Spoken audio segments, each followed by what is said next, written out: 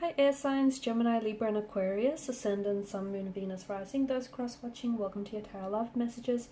In today's reading, we're going to take a look and see what does your person find most attractive about you, appearance-wise, look-wise, personality, traits, characteristics. There's also going to be a part 2 to this reading, and we're going to continue on with the messages and maybe dive a little bit deeper into some of those messages. Like, for instance, does the connection stand, a chance of a future? We'll see what the cards predict for you and this person as well going forward. And the extended reading is going to be made available via the extension link below the video here. For those of you that are also interested in a personalized tarot reading, please feel free to reach out. My email address is also going to be made available just underneath the video here. Otherwise, guys, let's go ahead and let's take a look and see what does your person find most attractive about you.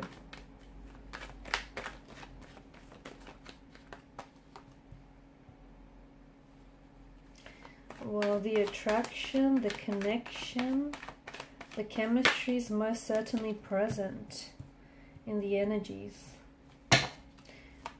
It's also very undeniable, isn't it?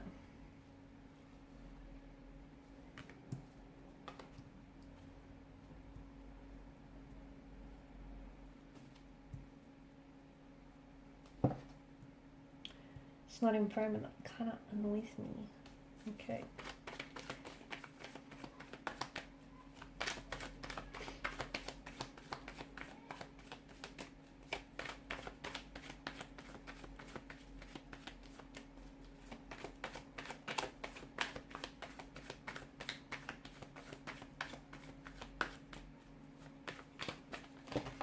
Oh wow.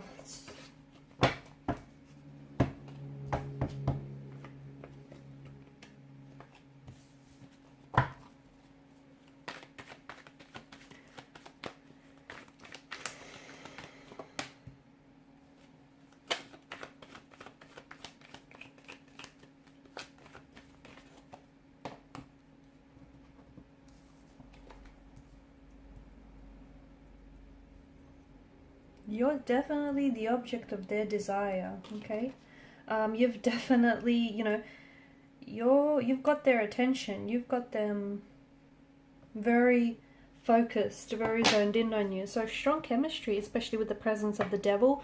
It felt like there's this instant connection, instant attraction when you guys first locked eyes on one another. So this person is very drawn to you, especially physically, okay? This person thinks you're extremely good looking, someone who's very beautiful, someone who's very attractive, someone who, and they know it, okay? That's not to say that you have an inflated ego, but you're aware of just how good looking you are, okay? You're aware that when you walk down the street, eyes tend to look your way. And this person, it's what's gravitated them towards you, okay? Your looks, the way that you carry yourselves, your mannerism, maybe the way that you style your hair, your eye color, your movement. So there's such a fluidity about you that definitely got this person intrigued. They almost felt quite intimidated by just how good looking you are, okay, or by your beauty. They almost felt like they didn't want to approach you, and maybe they weren't the first ones to approach you. Maybe you approached this person, or maybe this person, needed to get some liquid courage in them before they could come up to you.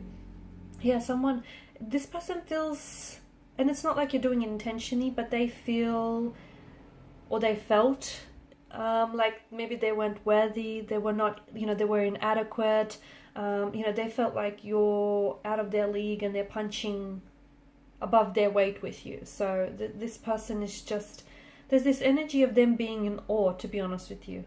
It's almost like they're in awe, very attracted. The chemistry is definitely undeniable. It's like, it's very perceptible. So if other people were in the room with you, they're able to pick up just how much you guys are into each other. Okay, it's this strong. But notice your body language. It's very much like their body talks to you. Your body talks to them. It's through the eyes, it's through the fluidity of the movement. You guys are responding to one another. So that attraction, that connection, and that intensity, it's present for them and it's present for you. And when you put, you know, that this and that together, it's very intense, it's very overwhelming. I don't think this person has ever been as attracted to anyone as they are to you. I don't think this person has, you know, it's like they're also bragging to their friends about you, okay? It's like this person is, they're in a little bit, they're in disbelief, to be honest with you. They're in disbelief, they're a little bit in awe how you even, you know, manage to look their way, or how they even manage to get your attention, or even get, you know, get your number or your Instagram here. And this person is like bragging, you know, it makes them, although they feel adequate and insecure, it's still, you know, it's a bit of an ego boost for them as well at the same time. So a little bit intimidated. Not only by your looks though, because, you know, at first it was definitely your looks that attracted them to you, but then when they got to get to know you, guess what? You know, you're smart as well as beautiful, as well as attractive. You're someone who can hold a conversation. You're someone who is, you know, who has a lot of respect for themselves. You're someone who, you know, has a personality, has a lot of traits and qualities and characteristics that they admire within a partner. So it's like when they got to talking, it's like, oh wow, this just gets better and better. So you definitely blew this person, you know, you've blown this person away by your looks, your personality, your intellect here. I don't know if they're having a hard time reading you here, or I don't know if when you guys first met, they had a bit of a hard time, you know, reading your reaction or seeing whether, you know, you're as interested in them as they are in you. And it might not have been you, it just might have been them. Maybe they're not really good at reading people, body language, or maybe they're just, you know, it's their fear that's making them doubt themselves, you know, the fact that, or their insecurity, the fact that they don't feel like they're good enough. And that sort of, you know, it's giving way to doubt. This person feels like you're very caring, you're very sweet, you're very generous, you know, you've got time for people, and you connect with all, you know, you connect with different types of people. You're very personable. This person feels like you come from a good family, you know, you've got good morals, values, you've got a good system code. They also love the fact that you're independent, okay? You're someone who's very independent. You're someone who, you know, you back yourself. You believe in yourself. You vouch for yourself. You're very confident in who you are. You're very consistent as well. I don't think there's a lot that this person doesn't like about you. I feel like this person, you know, I feel like they're quite surprised. And it feels like this person is someone who, you know, they love how you look, they love how you present yourself, they love your voice, they love your style, your mannerisms, your personality, your sense of humor, the fact that, you know, you're very bright, you're quite intelligent. It just feels like this person is coming across as a little bit obsessive or a little bit possessive. So I do feel like this is someone who fantasizes about you a lot, okay? Someone who daydreams about you a lot, someone who... it just feels like it's a little bit obsessive, the energies. This is something that what they have with you is something that's very intoxicating. It's something that's very addictive, and it feels like this person is like a fiend for you, is a fiend for your love, and you know, they can't get enough. They keep on coming back. This is someone who wants you and all of you, and it is a little bit unhealthy in the sense that they're quite possessive or obsessive. You know, this person wants to kind of possess you, or they kind of want to own you. It's not as bad as it sounds. It's just that they want them all to themselves. Because this person feels like you get a lot of attention, you have a lot of admirers, and that sort of makes them a little bit jealous. And that sort of, you know, it adds to their already insecure nature. This person feels like they've never met anyone like you. Like, not only, you know, it's very rare that you meet someone whose physical matches their, you know, their emotional or their intellectual here. And this person just feels like you're one of a kind.